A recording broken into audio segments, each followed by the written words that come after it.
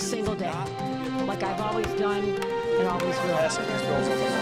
Making yet another stand.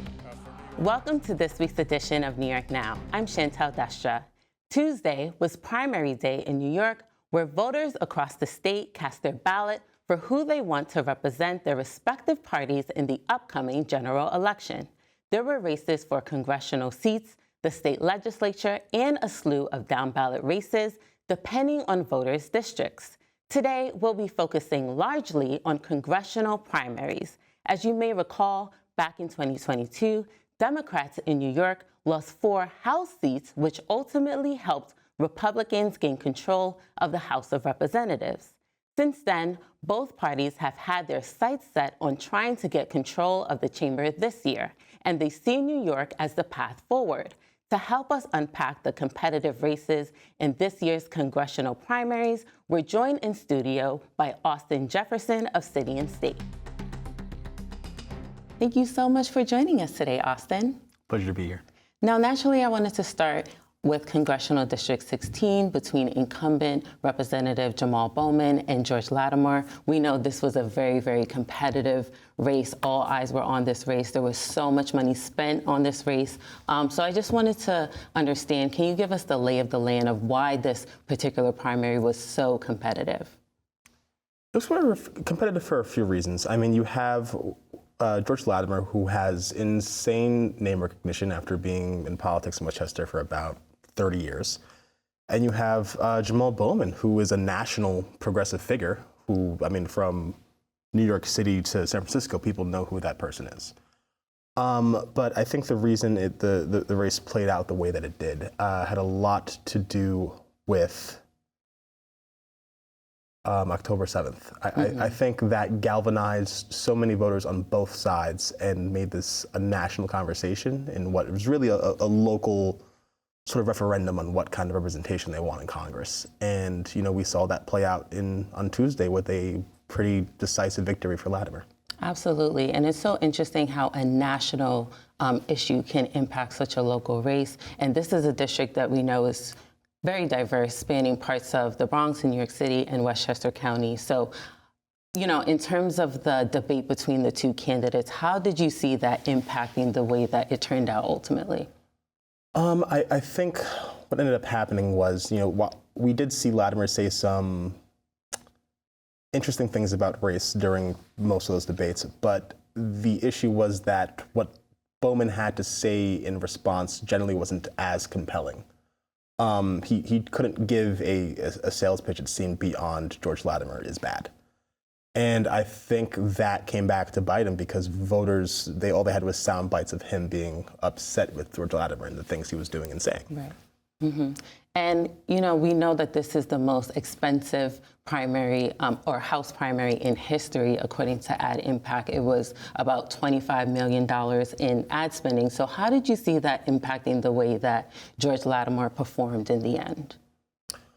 I think that it definitely had an effect as far as visibility goes, but I mean, most residents in that district already knew the lay of the land. I don't think anyone decided who they were voting for in June. But I mean, there were stories of people getting like 19 mailers from George Latimer in a week. Like they can't even get their mail anymore. Mm-hmm. So as far as just the level of attention paid to each candidate in the race, it definitely showed up in terms of who was able to make their message the loudest and most available. Absolutely. And I wanted to discuss Congressional District 1.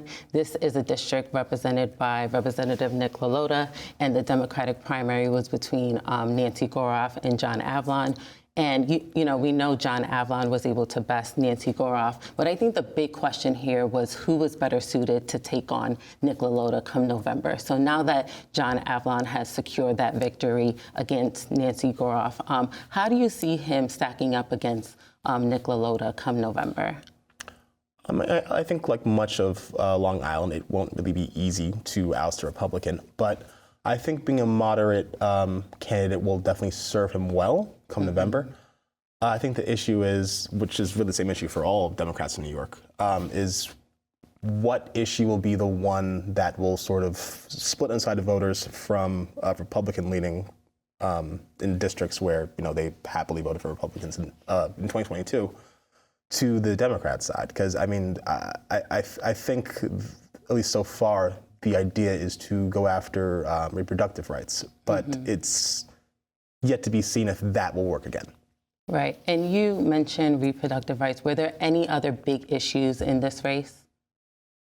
I mean, I think like a lot of races, just, affordability, to a much lesser extent, well, actually not lesser extent, but the migrant crisis, right, just, totally. Just general, I guess, public safety for people. Yeah. And looking at Congressional District 24, we know that this is represented by Representative Claudia Tenney, and she went against Mario Fratto. This is a rematch between the two candidates, and I think the big question here was about positioning, right? Mario Fratto seemed to really hammer in this idea that Tenney wasn't conservative enough, although she was backed by former President Donald Trump. So how did you think that positioning ultimately helped or hindered Claudia Tenney in this race? Well, I mean, I think it's really interesting that in New York you can have a sort of an intra-MAGA fight among Republicans. I think ultimately having Trump support, if you're a Republican, that's what you want to happen. And that bear down the results when she beat Fratto. But I think the strategy of running to the right of her, I'm not sure if that was the most well thought out, especially in New York. But I think going forward for candidates like Fratto and Tenney, I think so long as Donald Trump is the sort of standard bearer for the Republican Party, it's really just about having a support, or at least the support of people who believe in his ideas. Were there any other surprises or any other races that you were looking out for on primary night? I think it was interesting what happened in central New York between John Mannion and Sarah Lee Hood, because that was a case where each candidate, it was hard to tell them apart on policy for the most part. But it just came down to, I think, like the margins. Mannion had won tough elections in the district before. It's very, very flippable after redistricting. The incumbent, Brandon Williams, is definitely up for a tough fight in the lead up to November's general. And I think him having the support of the teachers union, it really did make a big difference. And you've reported a lot on the proxy fights in terms of the primary races, specifically around congressional seats. So can you tell us about some of the big primary or proxy fights for the primary races? And is it too early to declare an early winner in those fights?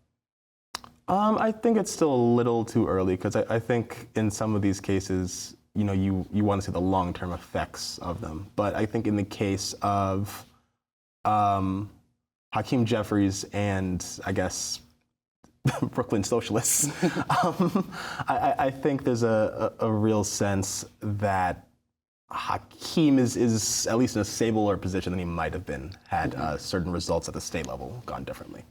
As far as, say in Westchester, where you had Bernie Sanders backing Bowman and Hillary Clinton backing George Latimer. I mean, that one, I think Bernie Sanders, for lack of a better word, lost. I think you're one of the largest voices in progressive politics, at least in the House, couldn't beat off his challenger. And I think the fact that a Democratic establishment figure such as Hillary Clinton having her candidate win, I think that was a large message about the sort of strength of each of their messages.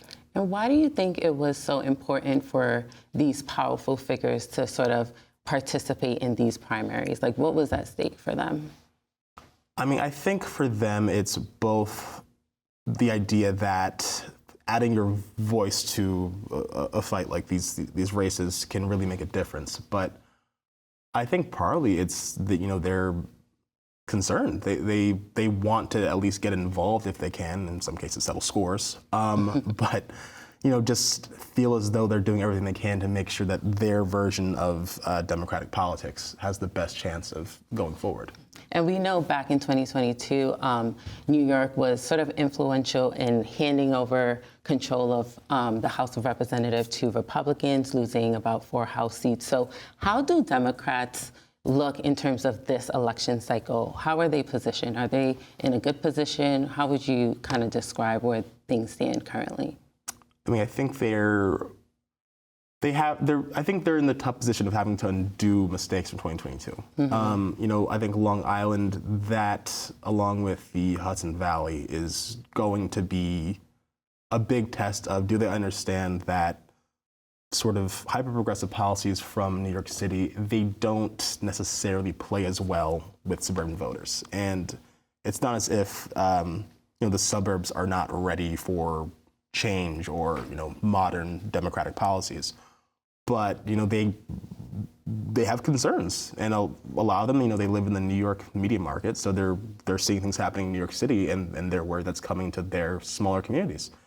So I think understanding that and sort of approaching these races as, all right, how do we craft a message for Orange County or Nassau County, as opposed to how do we craft it for Democrats in New York, which to a lot within the party, it doesn't extend beyond New York City. Is it safe to say that Democrats have learned from their mistakes of the past? I think that's yet to be seen. I think many of them hope they have, but I think until we're counting votes in November, it's hard to say. Yeah, well, certainly a lot to look forward to. Unfortunately, we'll have to leave it here for today, but thank you so much for joining us today, Austin. Thanks for having me. And we were speaking with Austin Jefferson of City and State, New York. And the winners of the primaries will go on to face each other in the November election. In addition to the competitive primary races for congressional seats in New York, we'll also be diving into the races for the state legislature right here on the show in the coming weeks. Now turning to another topic. June is also Pride Month, so we wanted to examine the resources, support, and community available to aging New Yorkers who are part of the LGBTQ+ community. To learn more, we sat down with MJ Okma, Senior Manager of Advocacy and Government Relations at SAGE, to understand the challenges and progress that's been made at the state level. Here's that conversation.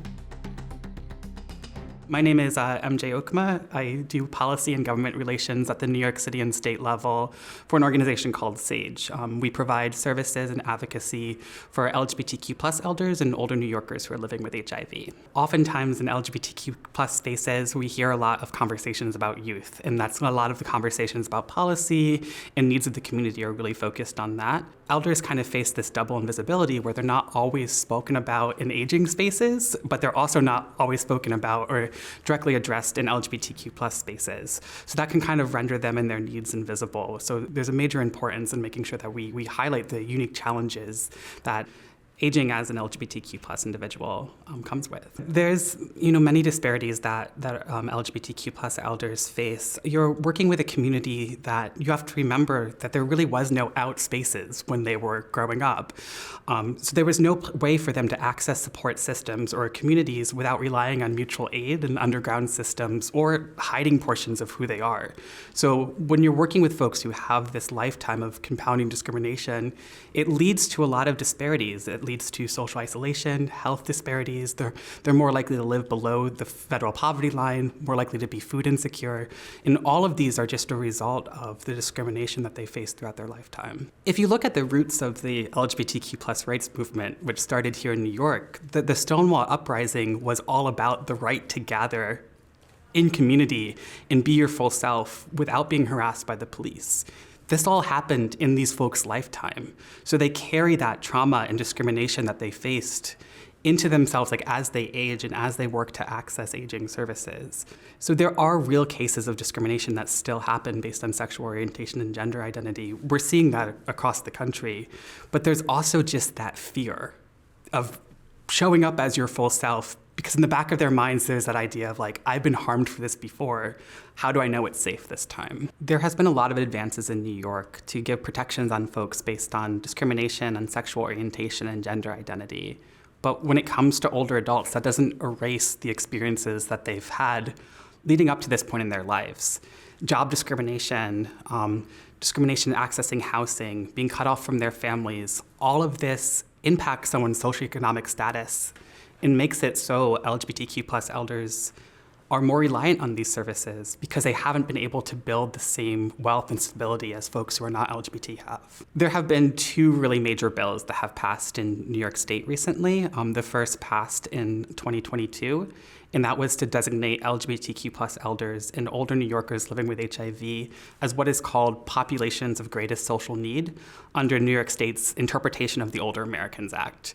That sounds really wonky and bureaucratic, but basically what populations of greatest social needs are anything other than socioeconomic status that impacts one's ability to thrive and age and place in their community.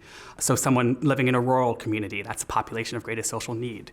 Breaking down by race and ethnicity, those are populations of greatest social need. So what this bill that passed and got signed into law in 2022 does is it adds LGBTQ plus people and older New Yorkers living with HIV into those categories, which means that aging service providers have to start collecting data and reporting on how they're best serving that population. And it also just raises general awareness about the disparities that they face. One thing that we see a lot among LGBTQ plus elders is that they're less likely to have children and they're less likely to be connected with their biological families. So they really rely on themselves and mutual support networks as they age. But that can lead to its own problems. You know, their support networks can pass away, they can lose touch with them, and it becomes a very isolating experience. And because distrust that they have based on experiences of discrimination, it can be really hard for them to find those new supports as they age. I think in an ideal world, any elder could walk through any social service door and understand that they can be their full selves in that space. The situation that we are facing now is that many hide aspects of themselves. And part of that could be because they're unsafe, but part of it is just fear that it's going to be unsafe. So in an ideal situation, we would have any LGBTQ plus elder or any elder at all across New York State would know that they could walk through the doors to access support systems and be able to be their full selves. There are cases of overt discrimination. There are people who do discriminate on the basis of sexual orientation or gender identity or think that something is inherently wrong with being LGBTQ. But there's also a lot of well-meaning people throughout the aging service network who just might not be competent, LGBTQ plus competent or HIV competent to best meet the needs of these elders. So when someone walks through the door on high alert, fearing discrimination, carrying with them all this trauma that they've had in the past, they're gonna pick up on those slight turns of phrases that send them a message that they're unwelcome, even if that wasn't intentional. I mean, I think it's really important for older adult centers, long-term care facilities, anyone that serves elders across the state of New York to be LGBTQ plus competent and be affirming spaces so that ideally elders will know that whatever doors they walk through, they will find an affirming space and a space that they can bring their full selves and not have to hide aspects of who they are to access services. One challenge that SAGE has always faced in our work around advocacy for LGBTQ plus elders is because they're so invisible. Oftentimes, there's really not a whole lot of data available on their needs. So in 2020, we partnered with AARP New York to really work together to collect that data and put together a comprehensive report on disparities facing the LGBTQ plus elder community.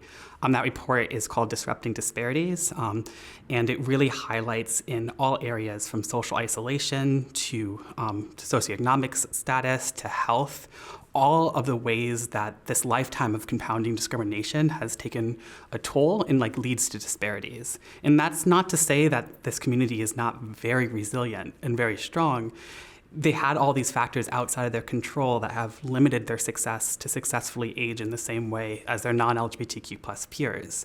And the data that we were able to put together with AARP New York is really important in displaying that and has been a powerful tool for advocacy to get changes in Albany. One of the bills that we've recently been able to push through and get passed in the legislature this year is the LGBTQ plus and HIV long-term care facilities Bill of Rights. And what this bill does is really twofold. One, it would require mandatory training for all staff that works face-to-face with residents to get LGBTQ plus and HIV competency training. And the second is it really translates the non-discrimination law that exists in New York State already into these settings and sets clear parameters of what is and isn't allowed from these providers when they're working with LGBTQ plus elders and older New Yorkers living with HIV. Because LGBTQ plus elders are less likely to have adult children of their own. They're less likely to be connected with their biological family. Statistically, they're more likely to have to rely on long-term care facilities as they age. But we were getting reports of discrimination faced in those settings. So this bill really was stepping up to that and saying, like, this is a high need. We have a higher percentage of LGBTQ plus elders entering these facilities, and we have to make sure that they're safe and welcoming places for them to be. Even though New York State already had protections based on sexual orientation and gender identity, what we were seeing among the populations that we work with is that there was a lack of understanding of like how that translated into long-term care settings. And even staff that might have been well-meaning were ineffectively really harming folks and sending the message that they weren't welcome there.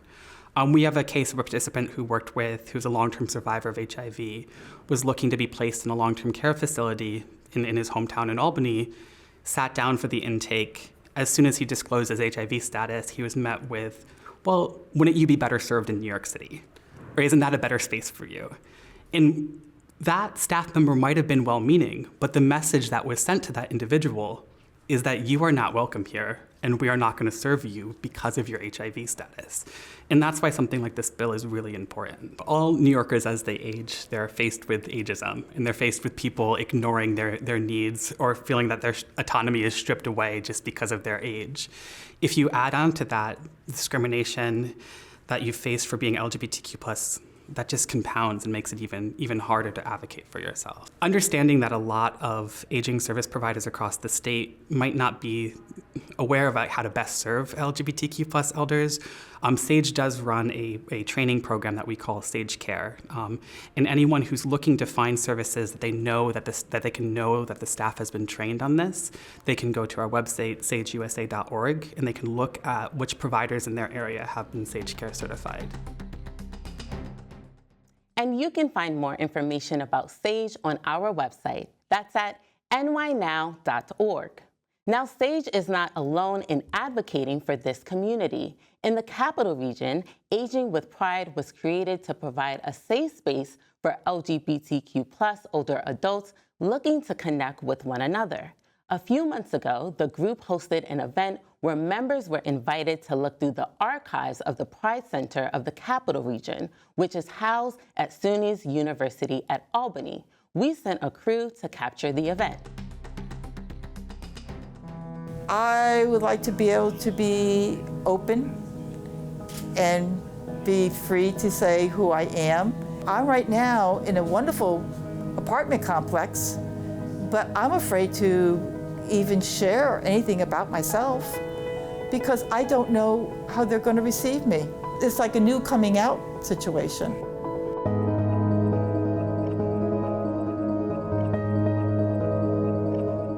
So thank you all so much for joining us here today. We have scrap paper if anyone wants to take notes. You can take pictures with your phone, feel free. Make sure we're keeping everything in the boxes so that we're maintaining the archives that these incredible folks are maintaining for us. My therapist had actually recommended this group just to form some new community, meet some new people, and just to get out and socialize. I did not know what to expect. I was really unaware of the group, previously. I was just here to kind of check things out, really.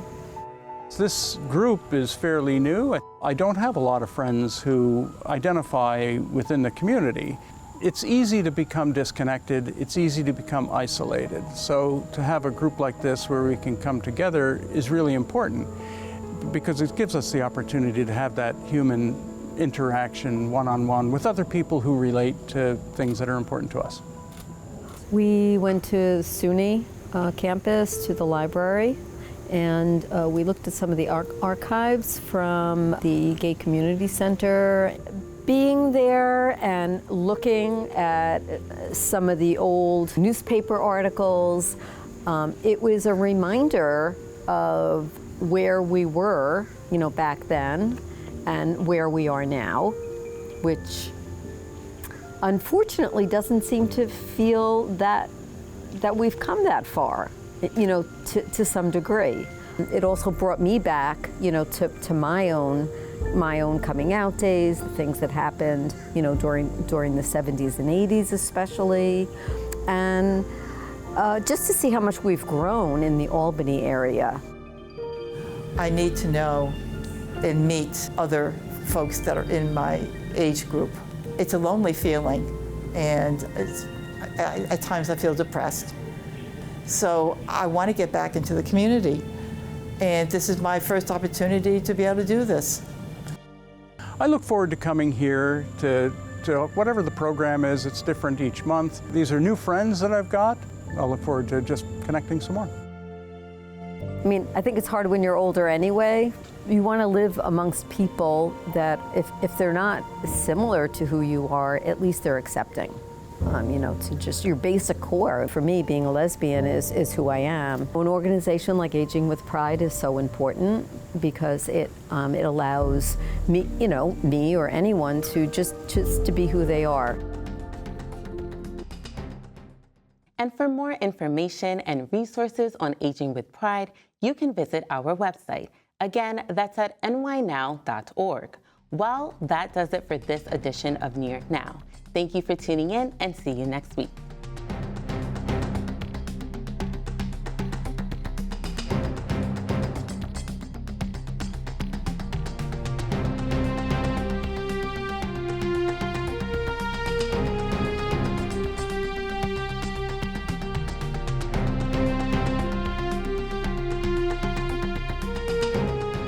Funding for New York Now is provided by WNET,